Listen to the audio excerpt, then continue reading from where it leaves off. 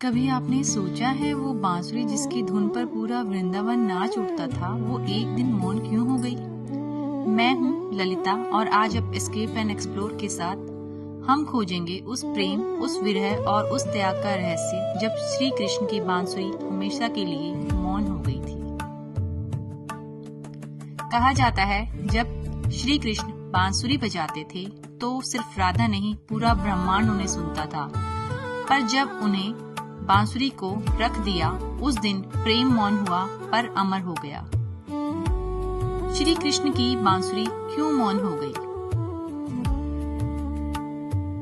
श्री कृष्ण की बांसुरी सिर्फ एक वाद्य नहीं थी, वो भक्ति का स्वर थी, प्रेम की भाषा थी। जब श्री कृष्ण बांसुरी बजाते थे तो सिर्फ राधा नहीं पूरा वृंदावन झूम उठता था। कहा जाता है उस धुन में ऐसा जादू था कि पेड़, पशु, नदियां सभी स्थिर हो जाते थे, क्योंकि वो स्वर ईश्वर और आत्मा के मिलन की आवाज था। कृष्ण की बांसुरी में राधा का स्पर्श था। जब राधा सुनती थी तो वो स्वर सीधे उनके हृदय को छू जाते थे। जब कृष्ण बांसुरी बजाते थे तो वो राधा के संवाद करते थे, बिना शब्दों के, बिना आवाज के, सिर्फ भावना से भावना तक। पर जब द्वारका का समय आया, जब कृष्ण को अपना कर्तव्य निभाने आना पड़ा, तो राधा को छोड़ना पड़ा और उसी दिन बांसुरी ने पहली बार मौन धारण किया। कहा जाता है जब कृष्ण ने द्वारका आने से पहले राधा को अंतिम बार देखा तो उन्होंने बांसुरी को यमुना किनारे रख दिया। कृष्ण ने कहा, अब ये स्वर राधा के बिना अधूरा है।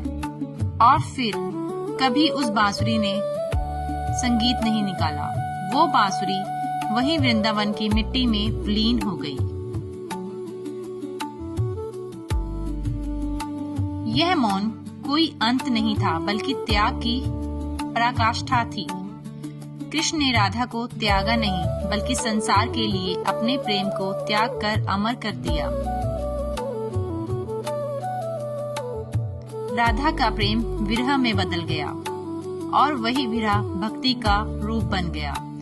कृष्ण ने हमें सिखाया कि सच्चा प्रेम पाने में नहीं, बल्कि समर्पण और त्याग में है।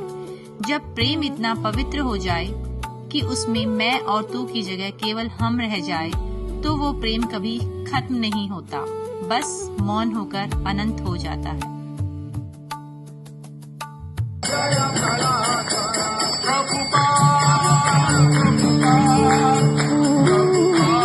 श्री कृष्ण की बांसुरी मौन है और उनकी धुन आज भी जो हमें गूंजती है, वो हर भक्ति में है, हर प्रेम में है, हर उस दिल में जो सच्चा है। क्योंकि प्रेम का अंत नहीं होता, बस वो रूप बदल लेता है, कभी स्वर बनता है, कभी मौन।